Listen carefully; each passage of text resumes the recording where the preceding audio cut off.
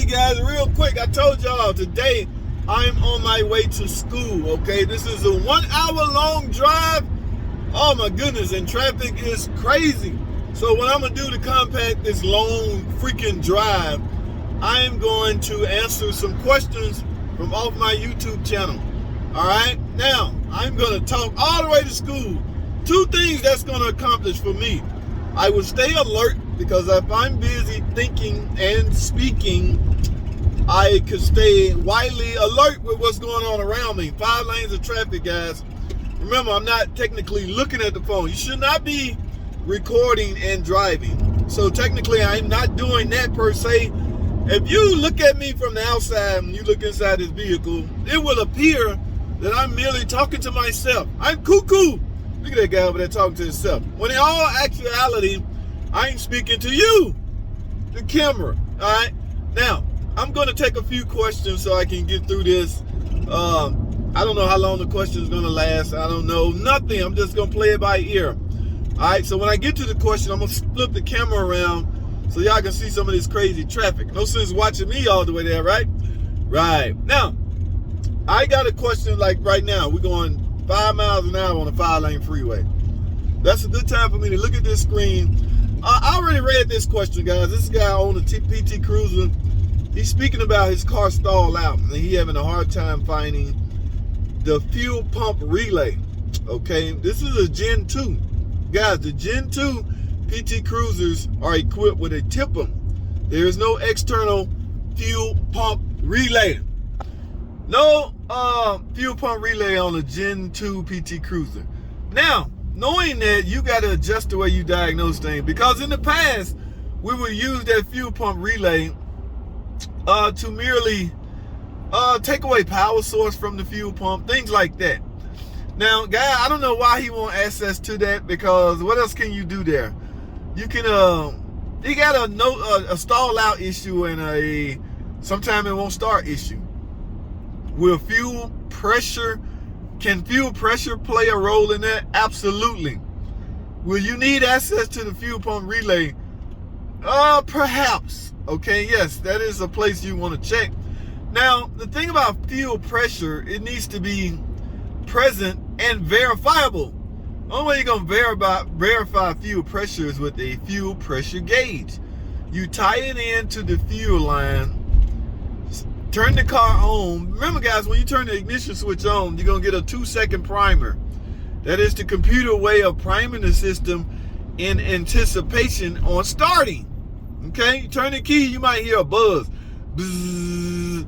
That is your fuel pump pumping up, priming up the system. Remember, guys, especially if you turn the car off and if you have an overnight soak, yeah, I don't care what kind of check valve you got on this fuel system, that fuel will make its way back down to the fuel pump. Okay, there's not a check valve out there in the world that could hold that much pressure for a long period of time. It's like oil. Once you start your car and you're running, oil pressure is up in your valve train. Okay, yes, quieting everything down. The minute you shut it off, now oil is not going to fall right back down to the oil pump, but it will eventually make its way back down to the oil pump. So when you start your car, your pump has some work to do. Prime that oil pressure back up. Fuel pressure is similar.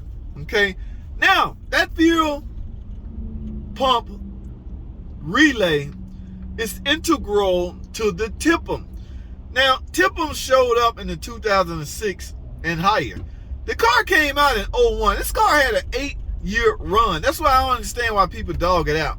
Yeah, it has its flaws, it has its problem, but anytime you got one particular body style that would last 8 years, the numbers had to be good, guys. You don't get a 2nd year, a 3rd year, a 4th year production vehicle unless sales dictate that.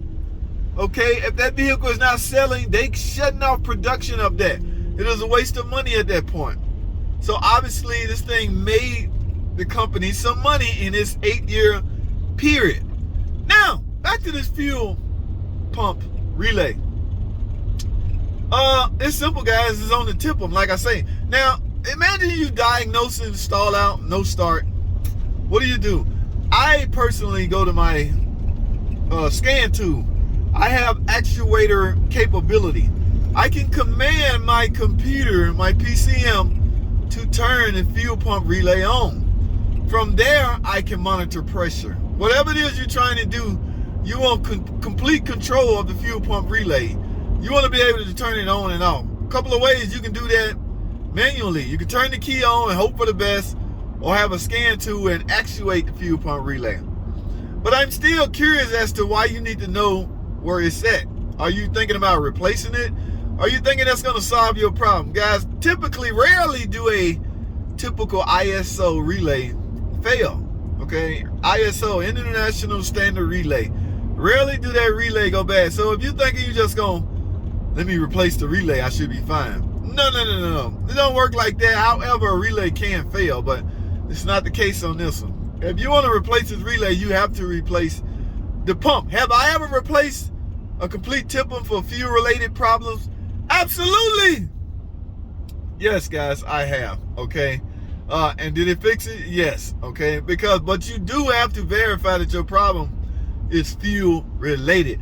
Remember, guys, a fuel pump is not going to run if there's no 12 volts and a ground. This is an electrical motor. Okay. It's not like a engine. You know how some of y'all misuse the term engine, motors.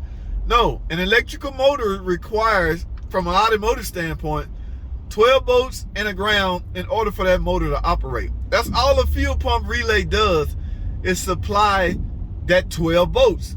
Now, technically on the other side of that fuel pump should be grounded by another wire that's typically going to the body.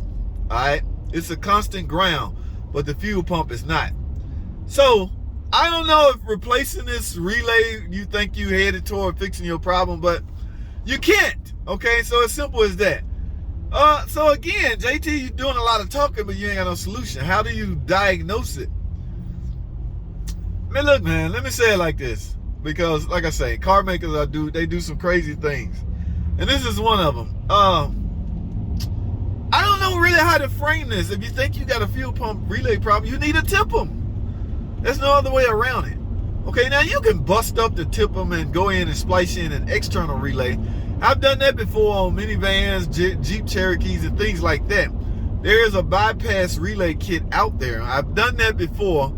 I don't know if there's a kit out there for the PT Cruiser, because I tend to just replace the tip them. I work on customer cars. We're not really allowed to experiment with customer cars, because I've had my own, or I have my own personal PT. Yes, I experiment on that. Okay, at one point I had to replace my fuel pump. I didn't bother dropping the tank. You have to drop the tank in order to replace the pump. I just cut an access hole in the top. Yes, that's my car. I can experiment like that. Not so on a customer car. So the only thing I can advice I can give you, you're gonna need a tipper if you suspect the fuel pump relay, the fuel pump circuit is your problem. Okay, but there's no sense in, he said he already replaced the pump. There's no sense in keep replacing that pump if you're not certain the pump is receiving the proper ground and proper power supply. You got to verify that and fix that first. All right, I hope this helped, man. I didn't get to, well, there's nothing I can say to, there is no external fuel pump relay, put it like that. So I hope you figure something out, but you may need eventually. There's no code that this was set. Okay, there is no fuel pump relay code bad. So you're at the mercy of, and I hate this word, guessing. Yeah, don't guess, verify it. Okay, if you can duplicate it, then yeah. If you're riding around with a fuel pressure gauge on your system and you're looking at the needle and your car stalled out and you look at the gauge, it says 10 psi, yes, you lost fuel pressure. Then you can assume you have a fuel related issue as it relates to that fuel pump relay or that tipper. All right, but don't expect the computer to bail you out by way of delivering you a trouble code, a fault code.